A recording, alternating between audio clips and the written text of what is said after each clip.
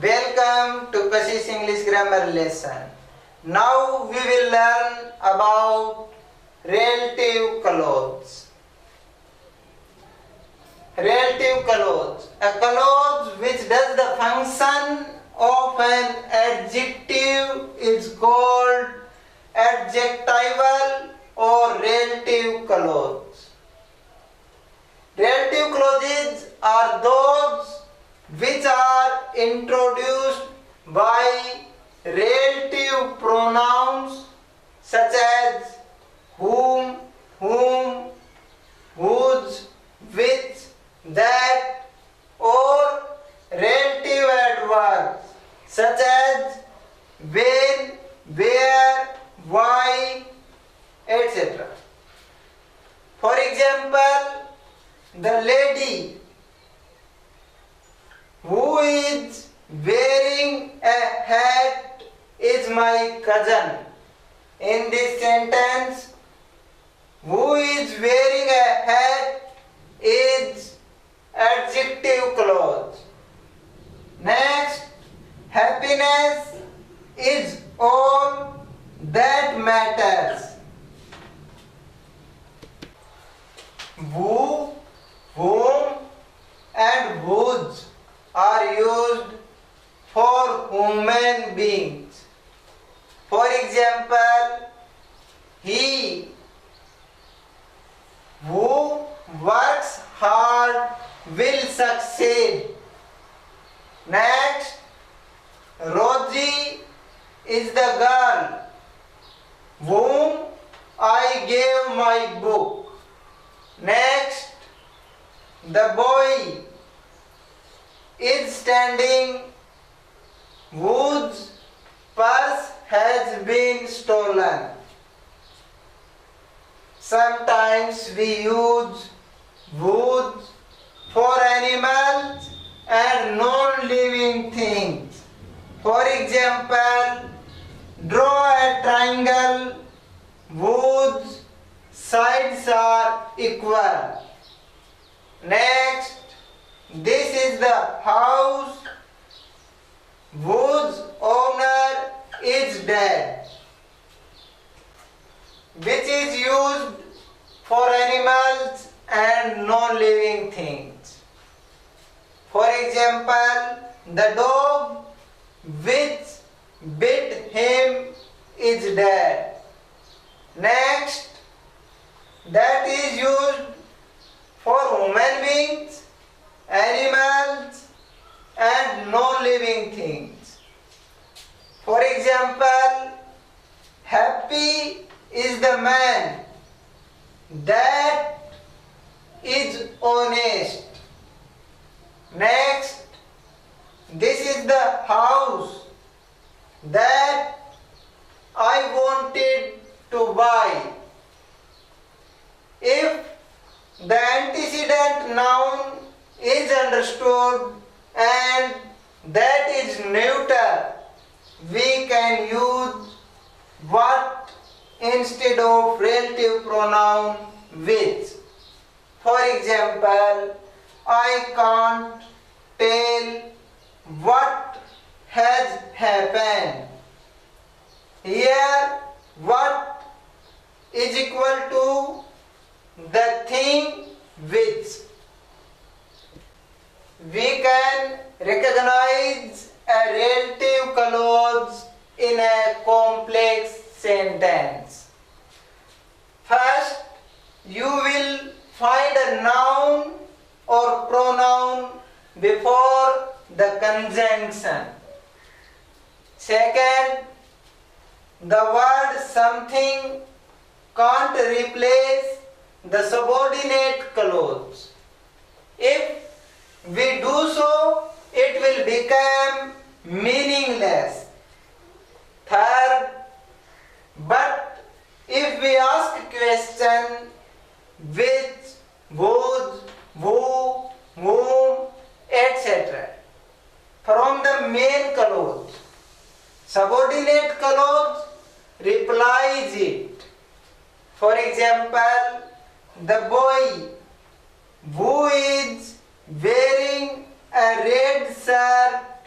is my friend. We ask question from the main clause, which friend?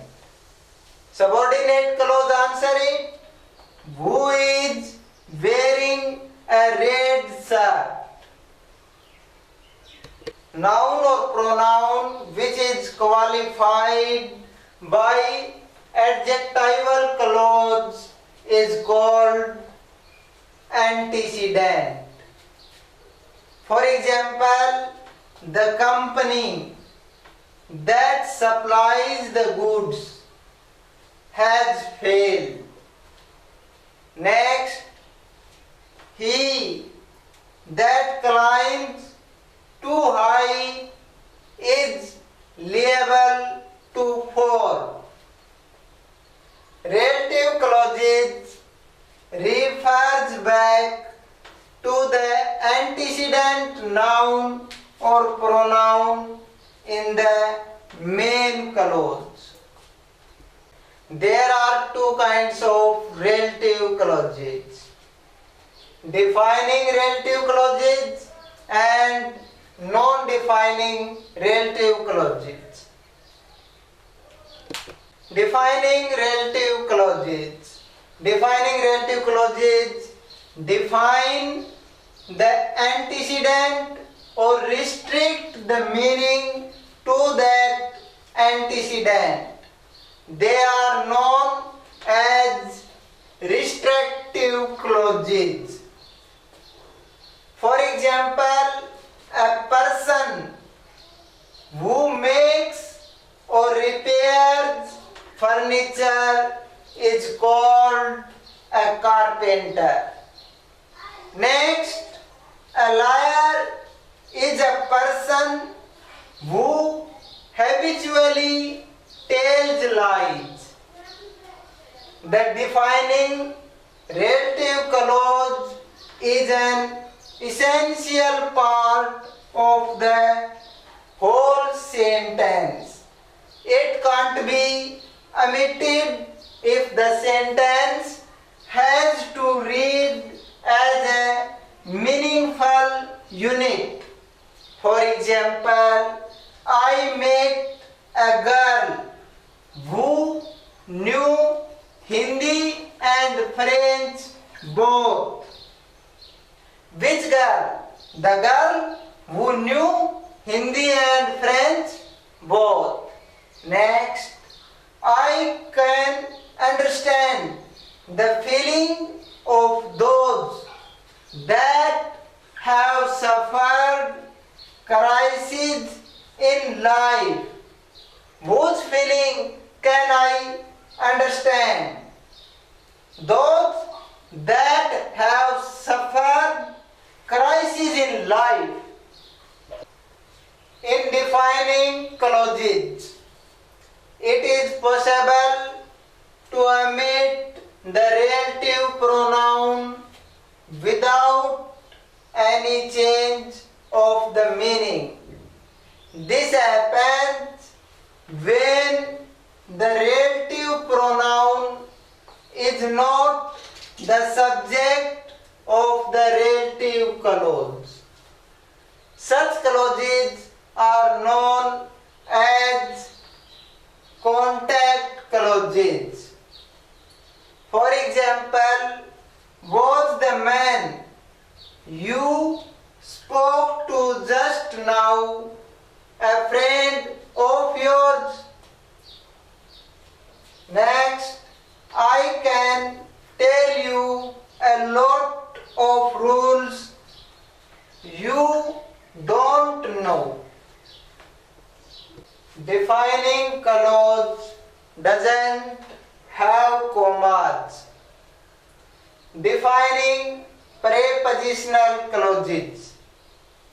In defining clause, when the relative pronoun is the object of a preposition, the preposition is usually placed at the end of the clause. For example, this is the job which I had been looking for. Next, is this the book that you asked for me?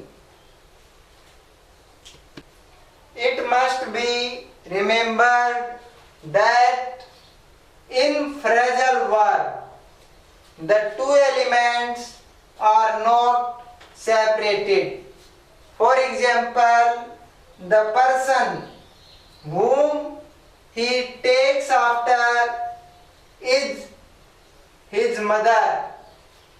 Next, do you know the problem which you have to go into? If, on the other hand, a preposition is a part of the noun phrase and is independent of the verb of its clause, it always precedes the relative pronoun. For example, he signed an agreement under which he would be entitled to a rent-free house. Next, here is the address to which you should write. Non-defining relative clauses. A non-defining relative clause doesn't define the antecedent, it only gives an additional information about it. Hence, a non-defining clause, unlike the defining one, is not essential. Even without it, the meaning of the main clause remains the same because the antecedent is already defined. A non-defining relative clause is separated by commas. The relative pronoun that is not used in non-defining relative clause. For example, my grandfather, who turns 80 next month, is still very active. Next, Rama, who is my best friend, is coming here. Next, Khushwant Singh, who was a famous writer, is my ideal.